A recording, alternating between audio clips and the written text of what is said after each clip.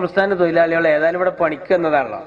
ഓലിക്ക് നമുക്ക് ബത്ത കിത്ത ക്ഷാമബത്ത എന്നൊക്കെ പറഞ്ഞതൊക്കെ ഒന്ന് ഉഷാറാക്ക എന്ന് വിചാരിച്ചിട്ട് ഈ സാധുക്കളോട് അറിയാവുന്ന ഭാഷയിലൊക്കെ ഓരോരുത്തരും പോയിട്ട് പറഞ്ഞു, നമുക്ക് ഇങ്ങനെ കൺവെൻഷൻ ഉണ്ട്, വരണം, അരിവാൾ ചുറ്റിക നക്ഷത്ര ചിത്രമൊക്കെ കൊടുത്തോണ്ട് ഉഷാറാക്കിയിട്ടുണ്ട്. എല്ലാവർക്കും കത്ത് കൊടുത്തു. ബംഗാളിനെ ഏൽപ്പിച്ച്, ഗുജറാത്തിനെ ഏൽപ്പിച്ച്, മറാഠിനെ ഏൽപ്പിച്ച്, ഉത്തരേന്ത്യക്കാരനെ ഏൽപ്പിച്ച്, തമിഴനെ ഏൽപ്പിച്ച്, ആസാമിനെ ഏൽപ്പിച്ച് എല്ലാവരും നടന്ന് കണ്ട്. അങ്ങനെ കണ്ണൂരിൽ ഒരു വമ്പിച്ച അന്യസംസ്ഥാന തൊഴിലാളി സംഗമം വെച്ചിട്ട് ഒരു LP സ്കൂളിന് അവിടെ ഒരു ചുവന്ന കൊടിയും കുത്തിവെച്ചു. എല്ലാവരും ഈ കൺവെൻഷന് ബസ് ഇറങ്ങി ഇങ്ങനെ വരണ്ട. ആൾക്കാരും വീടിന്റെ അവിടെ ഉള്ളവരൊക്കെ ചോദിച്ചു, ഇന്നെന്താ അവിടെ പരിപാടി? ഒക്കെ അന്യസംസ്ഥാന തൊഴിലാളി സംഘമാണ്. എല്ലാരും ഇങ്ങനെ വന്ന് ബംഗാളി വന്നിട്ടാ നിർത്തം കൊടി ഇങ്ങനെ നോക്കിയിട്ട്. കാരണം ഈ കൊടി കണ്ടിട്ട് അവിടുന്ന് തടി സലാമത്താക്കിയതാണ്. അതിമൊക്കെ ഇങ്ങനെ നോക്കും, എല്ലാരും ഒന്ന് നോക്കും. അങ്ങനെ പിറ്റേ ദിവസം മംഗളം ദിനപത്രം പറയാൻ ബംഗാളി നന്നേ കുറവായിരുന്നു. ബംഗാളി എങ്ങനെ വരിക? ഈ മുസീബത്ത് നിന്നാണ് അവിടുന്ന് കഴിച്ചിലായത്. പിന്നെ അതേ കൊടി വെച്ചുകൊടുത്ത് വരുമോ? പള്ളിപ്പറമ്പൊന്ന് പേടിച്ചവനോട് പിന്നെ ഖബറിനെ പറ്റിയൊരു ക്ലാസ് ഉണ്ടെന്ന് പറഞ്ഞ എങ്ങനെ വരിക? പൊന്നാര മക്കളെ, വരൂല. വല്ലാത്ത കഷ്ടപ്പാടിലല്ലേ പെട്ടത്. നിങ്ങൾക്ക് പിടിച്ചു നിൽക്കാൻ കഴിയുന്നില്ല. ഞങ്ങളെപ്പോലെ 2 CH സെന്റർ തുടങ്ങുക. നിങ്ങളിലുള്ള ഒരു CH കാണാരൻ അല്ലേ, ഒന്ന് തുടങ്ങിക്കൂടെ? 2 CH സെന്റർ തുടങ്ങിക്കൂടെ? ആ വക പരിപാടിയൊന്നുമില്ല. ഞങ്ങൾ ഉണ്ടാക്കുന്ന നല്ല ഏർപ്പാടുകൾക്കൊന്നും ഞങ്ങൾ കണ്ടില്ലേ? എന്ത് നല്ല നെയ്യത്തിലാ. ഗൾഫിൽ നിന്ന് മരണപ്പെട്ട ആളുകളുടെ ജനാസ KMCC കണ്ടെത്തിയിട്ടുണ്ട്. ഖത്തർ കമ്മിറ്റിയുടെ ഒരു പരിപാടിക്ക് പോയി. മയ്യത്ത് പരിപാലന കമ്മിറ്റിയാ 91 രൂപീകരിച്ചതാ. 271 ഡെഡ് ബോഡി അവർ കൈകാര്യം ചെയ്തു. ഒന്നിനെന്താ ചെലവെന്ന് ചോദിച്ചപ്പോ 1 ലക്ഷമാണ്. മരിച്ചവന്റെ വോട്ട് എന്തായാലും ഉണ്ടാവില്ലല്ലോ, ഉറപ്പല്ലേ? പിന്നെ ഈ നമ്മൾ ചെയ്തത് കണ്ടോ? ഞാൻ അവരോട് ചോദിച്ചു, എല്ലാ KMCC കാര്യങ്ങൾ കൊണ്ടുപോയോ? KMCC-ക്കാരല്ല, എല്ലാ ലീഗരും. അതല്ല, മലയാളിയല്ല. മിനിഞ്ഞാന്ന് 2 സിലോണി, കഴിഞ്ഞ ദിവസം ശ്രീലങ്കക്കാരെ. ഒരാഴ്ച മുമ്പ് ഒരു ആക്സിഡന്റിൽ 5 സുഡാനികളാണ്. നമ്മൾ ആലോചിക്കണം, സുഡാനിലും ശ്രീലങ്കയിലൊന്നും അഹമ്മദ് വീട്ടിൽ മത്സരിക്കണില്ലല്ലോ. നമ്മൾ ചെയ്യുന്ന പണി അത്രയാണ്. നമ്മളെ കണ്ട് തെരഞ്ഞു രക്ഷ നൽകുന്ന ദേവതകളല്ലോ ധരയിൽ നടക്കുമീ ധർമ്മദൂതർ. കവി പാടിപ്പുകഴ്ത്തിയത് നമ്മളെ കുറിച്ചാണാവോ എന്ന് തോന്നിപ്പോവും. നമ്മൾ ചെയ്യാണ്. ജനങ്ങൾക്ക് സർവത്ര ഉപകാരം, സർവത്ര ഉപകാരം. ഇപ്പോഴോ എത്ര നേതാക്കന്മാര് വേറുണ്ട്. ഇപ്പൊ നമ്മുടെ VS ആ സാധു കുറെ വർത്താനം പറയാന്നല്ലാതെ എന്തെങ്കിലും ഒരു കാര്യം. ഇന്നിപ്പോ നിയമസഭയില് കോടിയേരി ബാലകൃഷ്ണനെ മാണിക്കെതിരെ ആരോപണം ഉന്നയിച്ചുകൊണ്ട് കാസറ്റ് കൊടുത്താണ്. നിങ്ങൾ കേട്ടോന്ന് അറിയില്ല. അയാള് പറഞ്ഞു ക്ലോസറ്റ് ആന്ന് തോന്നിപ്പോ വർത്താനങ്ങൾ. അപ്പൊ എല്ലാരും കൂടി ചിരിച്ചപ്പോ മൂപ്പര് പറഞ്ഞു, ആ കാസറ്റ് CD കേൾക്കൂടെ, നാളെ മറ്റന്നാളൊക്കെ അത് TV കാണാം. ഒന്നും അറിഞ്ഞിട്ടല്ല, വെറുതെ അങ്ങനെ ഇരിക്കുക ഒരു ഹാലില്. എന്തെങ്കിലൊക്കെയാണ് വിളിച്ചറിയാ. STD ബൂത്തിലെ ചെക്കനെ നിക്കായിനിരുത്തിയാ.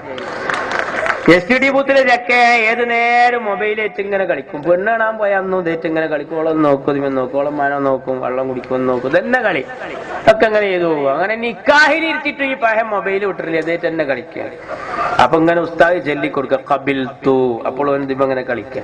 അപ്പൊ സ്നേഹിതന്മാരൊക്കെ പാടെ പറഞ്ഞു ഇങ്ങനെ ഖബിൽ തൂ എന്ന് പറഞ്ഞു വിടാന്ന്, ഡബിൾ 2 എന്ന്. അപ്പൊ ഒരു ഹാലില് ഓൻ ഈ 22 55 ഇത് പറഞ്ഞൊരു കച്ചവടമില്ല. ഓന്നാർ ചങ്ങായിമാരങ്ങള് വിചാരിച്ച മരുന്നല്ല. അംസാക്ക, നിങ്ങളെ പാർട്ടി എത്ര കാലായി ഈ ബലി കുടീരങ്ങളെ എന്നുള്ള പാട്ട് ഏറ്റെടുക്കണം? ഒന്ന് മാറ്റിക്കൂടെ? നിങ്ങൾ പട്ടുർമാലല്ലേ, നല്ല നല്ല പാട്ടില്ലേ? ബലി കുടീരങ്ങളെ എന്നപോലെ പാമ്പുകൾക്ക് മാളമുണ്ട്, പറവകൾക്ക് ആകാശമുണ്ട്, മനുഷ്യപുത്രനു തലചായ്ക്കാൻ മണ്ണിലിടമില്ല. ആര് പറഞ്ഞു? മണ്ണിലിടമുണ്ടാക്കി കൊടുക്കുന്നു ബൈത്തുർ റഹ്മ പദ്ധതിയിലൂടെ. നിങ്ങൾ കൊണ്ടുവരും ബൈത്തുർ റഹ്മ. നിങ്ങൾക്ക് ഉണ്ടാക്കാൻ ഒരു പ്രയാസം ഉണ്ടാവും. അതിന്റെ പിന്നിലൊരു കോഴിക്കൂടെങ്കിലും നിർമ്മിക്കുകയും. അങ്ങനെ പാർട്ടി നന്നാവട്ടെ. ബൈത്തുർ റഹ്മ നിർമ്മിക്കുന്നു. പിന്നെന്താ പാട്ട്? എല്ലാവർക്കും തിമിരം, ഭംഗിയ കാഴ്ചകൾ കണ്ടുപോട്. ആർക്ക് തിമിരെന്നാ പറഞ്ഞത്? ഞങ്ങൾക്കൊന്നുമില്ല, ഞങ്ങൾക്കുണ്ടെങ്കിൽ ഞങ്ങൾ പറഞ്ഞോളി. എല്ലാവർക്കും തിമിരം അല്ലേ? എന്നാ ഞമ്മള് കണ്ണ് പരിശോധന ക്യാമ്പ് ഒക്കെ ഉണ്ട്, അവിടെ ഒന്നും പരിശോധിക്കൂല്ല. സൗജന്യ കണ്ണടയും കൊടുക്കുന്നുണ്ട്, അതൊന്നും വാങ്ങൂല്ല. ഈ പാട്ട് ഇങ്ങനെ പാടിയിട്ട് ഇങ്ങനെ കാൽനട ജാഥ 10-ാം ദിവസം 20-ാം ദിവസം. ഇപ്പൊ ജാഥക്ക് ആളില്ല, ഇപ്പൊ പാർട്ടിയിൽ ആളില്ല, ചെങ്കൊടി പിടിക്കാൻ ആളില്ല. ഇപ്പൊ അടുത്ത കാലത്ത് ഞങ്ങളെ നാട്ടിൽ നിന്ന് ഒരുത്ത മാർക്സിസ്റ്റ് പാർട്ടിക്ക് പോയിന്ന്. ഓനിപ്പോ ഞങ്ങളോട് പറയും പോണ്ടി ഉണ്ടായിരുന്നില്ലാന്ന് തോന്നുന്നു. എന്തിയെന്ന് ചോദിച്ചു. ഞാൻ ഈ പച്ചപ്പതാകനോടുള്ള വീർപ്പുകൊണ്ടാണ് പോയത്. ചെങ്കോടിയിലൊന്ന് പിടിച്ച് നിങ്ങളുടെ ഇടയിൽ ഒന്ന് ആളാവണച്ചിട്ടാ പോയത്. പക്ഷെ പൊന്നാര പാനെ 6 മാസമായിട്ട് ഓലി ഈ കറുത്ത കൊടിയേറ്റാ നടക്കണം. മറ്റേ കൊടി പിടിക്കാനുള്ള ഭാഗ്യം കിട്ടിയിട്ടില്ല. എന്നും ഇങ്ങനെ ഈ കരിങ്കൊടിയേറ്റ് വീശ, കരിങ്കൊടിയായിട്ടുള്ള പരിപാടി എന്നും ഒരു 6 മാസമായിട്ട് ഞങ്ങൾ കരിങ്കൊടി അല്ലാതെ പിടിച്ചിട്ടില്ല. ഇപ്പൊ ഞങ്ങളെ ചെക്കന്മാർക്ക് തന്നെ തോന്നുന്നു ഏതാ നമ്മളെ ശരിക്കുള്ള കൊടിയെന്ന്. അപ്പൊ എന്താന്ന് വെച്ചാൽ ചെങ്കൊടിയൊക്കെ മറന്ന് അല്ലേ. ഞാൻ ചോദിക്കുന്നു എത്ര പാട്ടൊക്കെ മാറ്റിയിടാ അല്ലേ. വെറുതെ ഇങ്ങനെ ഈ പഴയ വിപ്ലവഗാനൊക്കെ പാടിയിട്ട് ആ കൂത്തുപറമ്പിലെ യുവാക്കൾ എന്തിനാ ഞങ്ങൾ കുരുതി കൊടുത്തത്? ആ 5 യുവാക്കൾ ഷിബുലാൽ, റോഷൻ, ബാബു അവരൊക്കെ മരിച്ചപ്പോ മാർക്സിസ്റ്റ് പാർട്ടിക്ക് ചെലവായത് 5 പാക്കറ്റ് ചന്ദനത്തിരിയാ. പക്ഷെ ആ കുടുംബത്തിന് പോയത് അത്താണിയാണ്. ഞാൻ കൂത്തുപറമ്പിൽ ആ വെടിയേറ്റ സ്ഥലത്ത് പോയി പ്രസംഗിച്ചിട്ടുണ്ട്. ഞങ്ങൾക്കറിയോ MVR-നെ നിങ്ങൾ എന്തിനാ തടുത്തതെന്ന്. പരിയാരം മെഡിക്കൽ കോളേജ് ഗവൺമെന്റ് ഏറ്റെടുക്കാൻ കാശ് കൊടുത്തു പഠിക്കുന്ന സ്ഥാപനങ്ങൾ സ്വാശ്രയ സ്ഥാപനം പാടില്ലെന്ന് പറയാൻ. എന്നാൽ ഇന്ന് പിണറായിയുടെ മോൻ പഠിക്കുന്നത് ഇവിടെ കാശ് കൊടുത്തു പഠിക്കുന്ന ലണ്ടനിലെ ബർമിംഗ്ഹാം യൂണിവേഴ്സിറ്റിയിലാ. പാർട്ടിക്കാർ ചോദിക്കണം, നേതാവിന് വേറെ നിയമം, ഞങ്ങൾക്ക് വേറെ നിയമം. ആരാന്റെ മക്കളെ കൂത്തുപറമ്പിലെ യുദ്ധമുന്നണിയിലേക്ക് വിട്ടു? സ്വന്തം മക്കളെ യുദ്ധമുന്നണിക്കുല്ല, ഇടതുമുന്നണിക്കുല്ല, നേരെ ലണ്ടനിലേക്ക് പഠിക്കാൻ വിട്ടു. പിന്നെ പരിയാരം മെഡിക്കൽ കോളേജ് ഗവൺമെന്റ് ഏറ്റെടുക്കണം എന്ന് പറഞ്ഞാണ് ചാടിയത്. നിങ്ങൾ അധികാരത്തിൽ വന്നല്ലോ 2 തവണ. ആ സാധുക്കൾ മരിച്ചല്ലോ. എന്നും പോയിട്ട് അവരുടെ ബലികുടീരത്തിൽ പോയിട്ട് ഇല്ല നിങ്ങൾ മരിച്ചിട്ടില്ല, ജീവിക്കുന്നു ഞങ്ങളിലൂടെ എന്നിട്ട് ഇങ്ങനെ വിളിക്കുകയാണ്. അതേമാതിരി ഞങ്ങളെ നാട്ടിലൊരു സഖാവ് മരിച്ചിട്ട് അവന്റെ അവിടെ ഇങ്ങനെ പോയി കണ്ട് വാപ്പ മരിച്ചപ്പോ സഖാവാണ്, ചുമയൊക്കൊന്നും പോകില്ല. അവന്റെ അടുത്ത് പോയി കാണും, ഇല്ല നിങ്ങൾ മരിച്ചിട്ടില്ല. മൂത്ത മോൻ ചോദിച്ചു പിന്നെ എന്തിനാണ് കബറ് കളക്കണ ചോദിച്ചു. വെറുതെ ഇങ്ങനെ മരിച്ചെടുക്കുമ്പോൾ കവകര മരിച്ചിട്ടില്ല എന്ന് ആര് മരിച്ചിട്ടില്ലായിരുന്നു. ഒന്ന് ആലോചിച്ച് നോക്കൂ. വെറുതെ ഇങ്ങനെ ബഹളം ഉണ്ടാക്കി ആ കൂത്തുപറമ്പിലെ രക്തസാക്ഷികൾ. എന്നാൽ ആ മെഡിക്കൽ കോളേജ് ഏറ്റെടുക്കാൻ സമയം കിട്ടിയിട്ടും ഏറ്റെടുത്തില്ല. ആ ബാബുവിനോട്, റോഷനോട്, ആ ഷിബുലാലിനോട് ചെയ്തത് അനീതിയല്ലേ? പോട്ടെ, പിന്നെ ആരാത് ഏറ്റെടുത്തത്? ഇപ്പൊ MB ജയരാജനാണ് അതിന്റെ ചെയർമാൻ. കണ്ടാ, ഗവൺമെന്റ് അല്ല. MB ജയരാജൻ ഗവൺമെന്റ് അല്ലല്ലോ, ഒരു മനുഷ്യനല്ലേ, ഒരു മനുഷ്യനാണ്. ആ ജയരാജനാണ് ആ ഗവൺമെന്റ് അത് ഏറ്റെടുത്തത്, ആശുപത്രി. ഞാൻ ചോദിക്കട്ടെ, പിന്നെന്തിന് ആ യുവാക്കളെ നിങ്ങൾ കുരുതി കൊടുത്തു? ചോദിക്കണം പാർട്ടിക്കാർ, എന്തിന് കുരുതി കൊടുത്തു? അതുകൊണ്ടാണ് ഇപ്പോ അച്യുതാനന്ദന്റെ സ്ഥിതി അതാണ്. മൂപ്പര് ഇന്നിപ്പോ നിയമസഭയിൽ വരപ്പാ, അവിടുന്ന് ഇറങ്ങിയ നേരെ തിരിച്ചായി. പാർട്ടി എപ്പോഴൊക്കെ പ്രതിസന്ധി നേരിടുന്നു അപ്പം വളരെ കാഞ്ഞ വളവനായ ആള്, അപ്പോഴൊക്കെ ഇയാള് ഞാൻ മാർക്സിസ്റ്റ് പാർട്ടിയിൽ ഇല്ല എന്നുള്ള അർത്ഥത്തിലാണ് നിൽക്കുക. ഇപ്പൊ ചന്ദ്രശേഖരന്റെ വധം നടന്ന് ആ രമയെ കാണാൻ ഇയാൾ പോയ ദിവസം കാണണം നിങ്ങള്. ശെൽവരാജിന്റെ തെരഞ്ഞെടുപ്പ് നടക്കുമ്പോ പെട്ടിയിൽ ഇങ്ങനെ വോട്ട് ഇടുകയാണ്. ആ ഉച്ചക്ക് പോയി ആ മനുഷ്യൻ, ആ ഉച്ചക്ക് പോയി. അന്നന്ന് അയാൾ പോകാൻ പാടില്ല, ഒരു പാർട്ടിക്കാരെന്നുള്ള ആൾക്ക്. എന്നാ രമന്റെ ഒപ്പം അയാൾ എപ്പോഴും നിൽക്കണ്ടേ? നിന്നില്ലല്ലോ, പിന്നെ അയാൾ മാറിയല്ലോ. കുഞ്ഞാപ്പാണ് അതിന്റെ കണ്ണ്. കുഞ്ഞാപ്പാനോട് നേരെ ചൊവ്വ പരിപാടിയിൽ ചോദിച്ചു, ഈ VS-മായി താങ്കൾക്കും താങ്കളുമായി VS-നും ഒരുപാട് അഭിപ്രായ വ്യത്യാസം ഉണ്ടല്ലോ. ഉണ്ട്. ഈ TP ചന്ദ്രശേഖരന്റെ വധവുമായി ബന്ധപ്പെട്ട് ഇപ്പോൾ VS സ്വീകരിച്ച ചില നല്ല നിലപാടുകളുണ്ട്. മിസ്റ്റർ കുഞ്ഞാലിക്കുട്ടി, അങ്ങയുടെ നിലപാട് എന്താണ്? അത് സംബന്ധമായി കുഞ്ഞാലിക്കുട്ടി സാഹിബ് ചിരിച്ചിട്ട് പറഞ്ഞു, എനിക്കുറപ്പില്ല, ഈ തന്ത പറഞ്ഞോടത്ത് നിൽക്കലില്ല, എനിക്കുറപ്പില്ല.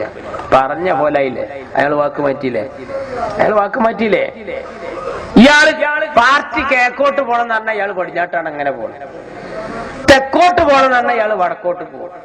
കൂടംകുളത്തേക്ക് പോകരുത് പറഞ്ഞാൽ അയാൾ ആണ്ടന്നെ പോവുള്ളൂ. ഇങ്ങനത്തെ ഒരു പടപ്പ്. ഈ പാർട്ടി ഒരു പ്രതിസന്ധി നേരിടുമ്പോ പാർട്ടിനെ അങ്ങനെ എല്ലാരും ഇരുത്തി പോയിക്കുമ്പോ ഇയാൾ അതിലില്ലാത്ത മട്ടത്തിലാണ് ഇങ്ങനെ. അപ്പൊ അയാൾ അപ്പെക്സിന്റെ പരസ്യം പോലെ. മൂപ്പരെ മോനക്കും മൂപ്പർക്കും ഒരു അന്വേഷണം, വിജിലൻസ് അന്വേഷണം ഒക്കെ വരണുണ്ട് എന്ന് കണ്ട അപ്പ മൂപ്പര് പരിപാടി ഒരു നല്ല മുത്തലക്കായ കമ്മ്യൂണിസ്റ്റ് ആയിട്ട് പാർട്ടിയുടെ ഒപ്പാണ്. നിങ്ങളാരെങ്കിലും ശ്രദ്ധിച്ചിട്ടുണ്ടോ എന്ന് എനിക്കറിയില്ല. എന്റെ ഓർമ്മയില് പാർട്ടി പ്രതിരോധത്തിലാവുമ്പോ ഇയാൾ അതിലില്ലാത്ത മട്ടത്തില് അപ്പെക്സിന്റെ പരസ്യം പോലെ. മൂപ്പര് പ്രതിസന്ധിയിലാകുമ്പോ മൂപ്പര് പാർട്ടിയുടെ ഒപ്പാണ്ട് ചാഞ്ഞിട്ട് അയാൾ മേഘ വാട്ടർ ടാങ്കിന്റെ പരസ്യം പോലെ. ഈ അപ്പെക്സിന്റെ പരസ്യം എങ്ങനെ? പായലേ വിട, പൂപ്പലേ വിട, എന്നേക്കും വിട. ഇയാള് പാർട്ടിയെ വിട, സ്ഥാനമേ വിട, എന്നേക്കും വിട. അപ്പൊ നമുക്ക് ഇയാൾ ഇപ്പൊ രാജിവെക്കുന്നു. നേരെ മറിച്ചോ? നേരെ മറിച്ച് ഇയാൾക്കൊരു പ്രതിസന്ധി വരുമ്പോ ഇയാൾ അപ്പോ കമ്മ്യൂണിസ്റ്റ് പാർട്ടിയോടൊപ്പം നിന്നാണ് സമരത്തിലും ഇതിലൊക്കെ പങ്കെടുക്കും. അപ്പൊ അയാൾ മേഘ വാട്ടർ ടാങ്കിന്റെ പരസ്യം പോലെ. മേഘ വാട്ടർ ടാങ്കിന്റെ പരസ്യത്തിൽ കൽപ്പന എന്ന് പറയുന്ന പമ്പർന്നോള് പരസ്യത്തിൽ കണ്ടതാ. ഇന്നസെന്റിന് വെള്ളം കൊടുക്കുന്നുണ്ട്, പച്ചവെള്ളം കൊടുന്ന് ഇങ്ങനെ കൊടുക്കുകയാണ്. അപ്പൊ ഈ ഇന്നസെന്റ് കാരണം ചങ്ങായി ചോദിക്കുകയാണ്, അണുബാധയുണ്ടോ? അപ്പോൾ ചോദിക്കുക, ആർക്ക്?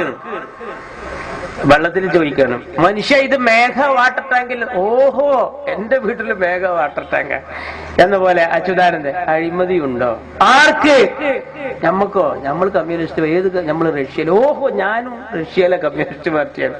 അപ്പൊ ഇയാൾ നല്ല ശുദ്ധ കമ്മ്യൂണിസ്റ്റ് ഇങ്ങനെ നിൽക്കും. ഇതൊക്കെ ജനങ്ങൾക്ക് തിരിയും, ജനങ്ങൾക്ക് മനസ്സിലാകും. നിങ്ങൾ വിചാരിക്കുന്നത് പോലെയല്ല. മദ്യം നിരോധിച്ചപ്പോ ആളുകളെ പണി പോകുന്നു പറഞ്ഞ പാർട്ടി ഞങ്ങള്.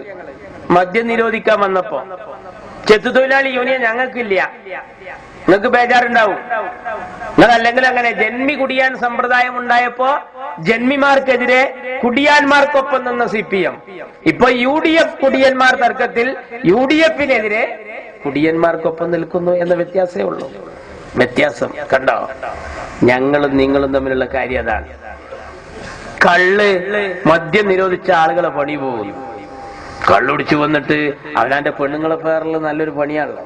എന്റെ അവിടെ ഒരു കോളനിയിൽ കാണാൻ എന്നും നിലയും വിളിയാണ്. കുടിച്ചിട്ട് വന്ന അപ്പോ പേര് തന്നെ. ഒരു ദിവസം ഇയാൾ കുടിക്കാതെ നോക്കാൻ എല്ലാവരും കൂടി തടഞ്ഞു നിർത്തി. അന്ന് അയാൾ കുടിച്ചില്ല. പക്ഷെ പെരയിൽക്ക് എന്നിട്ട് തല്ലണില്ല. അപ്പൊ ഈ സാധാരണ കിട്ടിയിരുന്ന തള്ളപ്പൊടി ഉണ്ടല്ലോ, മുപ്പത്തിര് അറിയാണ്, എനിക്കുള്ളത് തന്നാൾ എന്നിട്ട് കണക്ക് കെടുക്കാന്.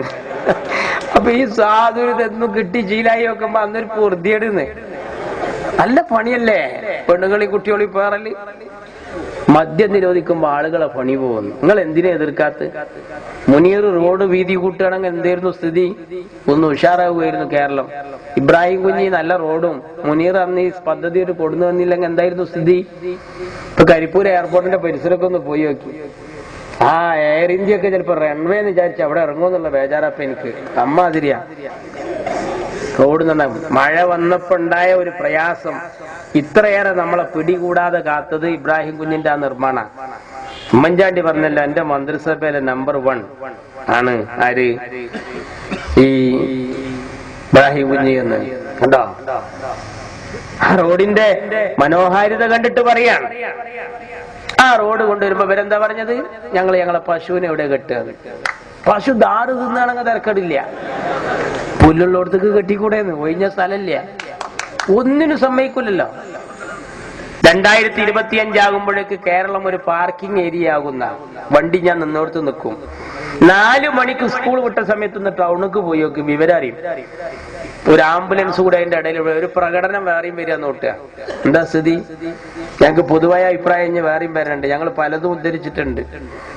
അതൊക്കെ ഇനി ഇങ്ങനെ ഓരോന്നോരോന്ന്. ഇപ്പൊ സുധീരൻ എടുത്തു പറഞ്ഞ ഒരുപാട് കാര്യം സീരിയൽ ചർച്ചക്ക് വരുന്നുണ്ട്, ഗവൺമെന്റിന്റെ ചർച്ചക്ക്. ത്വലാഖില് വലിയ വില്ലനായത് സീരിയല് കണ്ടിട്ട് ത്വലാഖ് ചൊല്ലിയ ഒരുപാട് കേസ് വനിതാ കമ്മീഷന്റെ മുമ്പിൽ വന്നപ്പോ റോസക്കുട്ടി ടീച്ചറും അഡ്വക്കേറ്റ് നൂർബിന റഷീദും മുഖ്യമന്ത്രിയെ പോയി കണ്ടിരിക്കുന്നു. ഇതൊരു വില്ലനാണ്. ലോട്ടറി ഒരു ചർച്ചക്ക് വന്നിരിക്കുന്നു. നന്മയാണെന്ന് നമുക്ക് തോന്നിയതൊക്കെ ചർച്ചക്ക് വന്നിക്കണ്.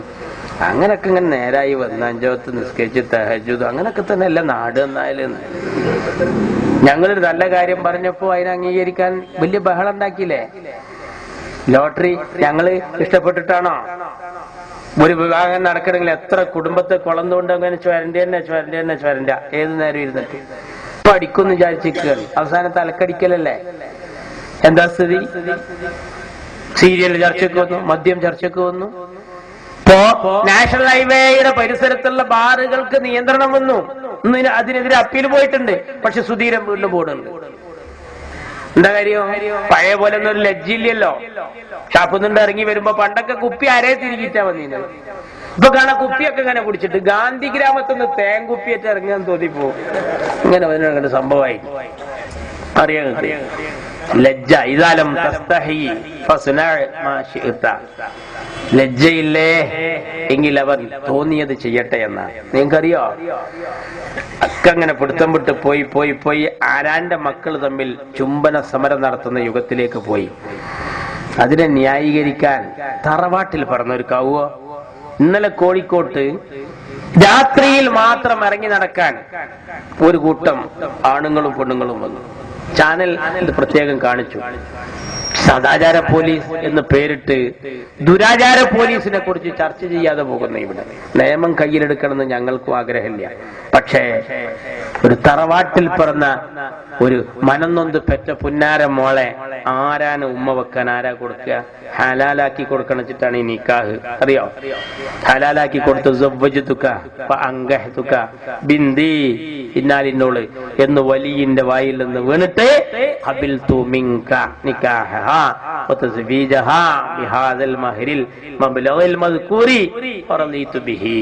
എന്നിട്ട് ബാറകല്ലാഹു ലക്കുമാ വബാറക അലൈക്കുമാ ഫജമഅല്ലാഹു ബൈനകുമാ കൂടിയിരുന്നവരിങ്ങനെ പ്രാർത്ഥിച്ചിട്ട് അവനാന്റെ മക്കളെ മാന്യമായി കല്യാണം കഴിച്ചയക്കാൻ നമുക്കൊക്കെ അള്ളാഹു തൗഫീഖ് ചെയ്യട്ടെ.